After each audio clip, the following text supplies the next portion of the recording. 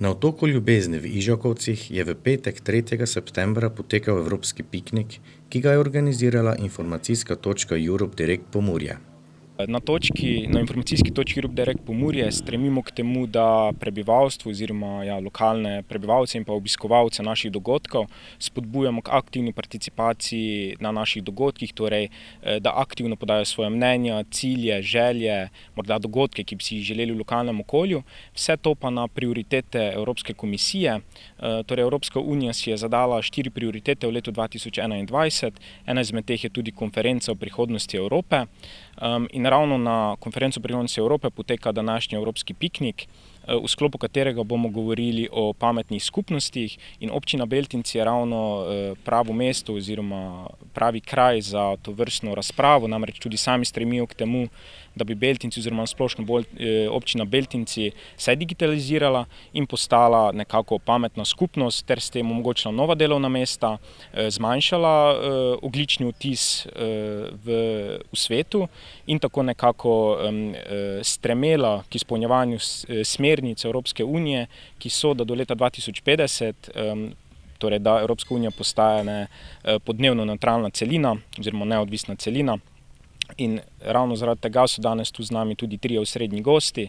Eden je evropski poslanec gospod Franc Bogovič, drugi je župan občine Beltinci Marko Virak, tretji pa je gospod Stanislav Slaka iz Razvojne agencije Sinergija.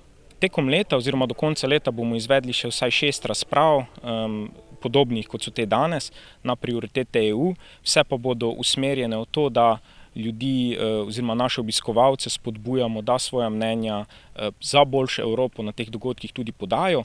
10. septembra, torej prihodnji teden, pa bomo organizirali v Murski Soboti, v mestnem parku Murska Sobota ter na Grajskem dvorišču velik dogodek Spoznaj Europe Direct Pomurje, kjer bodo vsi obiskovalci čez dan imeli možnost uživati ob kulinariki, ki jo pripravlja Larsen Sven Burgers, torej od 11 do 20 ure si bodo lahko obiskovalci privoščili slastne burgerje omenjenega ponudnika. Ob 20. uri pa bo sledil koncert skupine Kontraband, znane prekmurske skupine, ki si jo, verjamem, da vsi po vsem tem času, zdaj že po letu pa pol skoraj da izolacije, želijo torej slišati, torej nek koncert, spet neko dogajanje. Prav tako pa bo čez dan potekalo dogajanje za otroke in za vse ostale udeležence. Na pikniku je potekala vodena razprava s 3 osrednjimi gosti na temo pametne skupnosti. Pogovor je potekal o dojemanju pojma pametna skupnost. Bistveno je vedeti, kako. In tudi pred tem, recimo, vzpostavljanju modela pametne skupnosti je zelo pomembno, da vemo, kako. Ni problem širokopasovno omrežje, pa 5G, pa karkoli. Nič ne pomaga, če babica, dedek, sosed bi pravi, joj, to je pa ne za meni, pa jaz to ne bi, pa sem prestari, pa tako naprej. Ne? Pametne storitve in pametne skupnosti so namenjene ljudem. Zato je za uspešno implementacijo in tudi koristno uporabo potrebno zagotoviti zadostno digitalno pismenost državljank in državljanov. Vsekakor je potreba po večjih razpisih v šolah, kjer je ta digitalizacija, računalništvo, in to je ena od stvari, ker je to kader, ki je zelo dober plačan, zelo iskan, in od tega je marsikaj, ki je razvoj družbe kot celote odvisen v ekonomskem tem smislu. Potem prideš pa v to, bi rekel, te generacijske prepade, kjer je treba pa enostavno pomagati tiste osnovne veščine, ki jih človek potrebuje za neko delo ali pa za neko stvar tudi naučiti tiste, ki so manj vešči tega. Razprava je v nadaljevanju potekala o ključnih rešitvah, ki jih pametne skupnosti zasledujajo, področjih, na katerih bi morale biti pomurske občine bolj aktivne, zagotavljanju finančnih sredstev za pametne skupnosti in tudi o prihodnosti v občini Beltinci in kako bi občina lahko postala pametna skupnost. Tako smo si tudi mi, pravim, z sodelavci nekako nastavili zgodbo pametne skupnosti, predvsem pogojeno z 3 osnovnimi elementi, ki so bili že danes omenjeni, to je vključenost, potem da je kvalitetno vodeno in pa na koncu da je enostavno. Ne.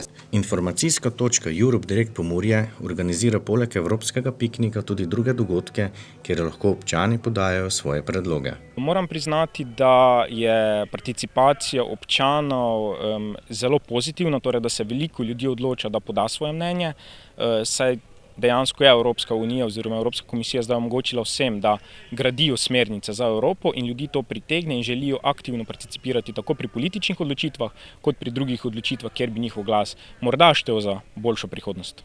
Gostitelj evropskega piknika je bil Zavod za turizem, kulturo in šport Beltinci.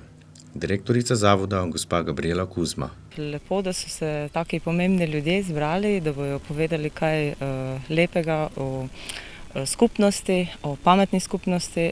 Smo veseli, da so izbrali Otok ljubezni, to čudovito naravo in nas veseli, da smo danes v centru Slovenije.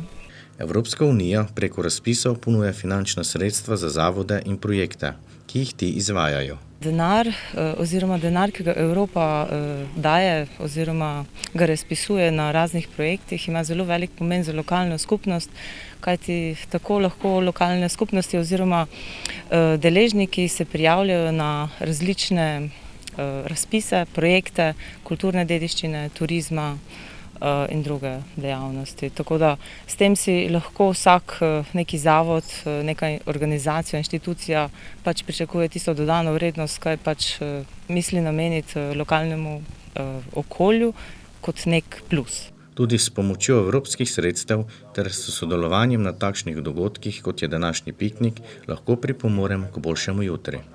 Kakšno Evropo prihodnosti si želimo? Strpno, sožitno, brez mej, kjer vključuje vse vrste oziroma vse narodnosti in mirno, pa zdravo.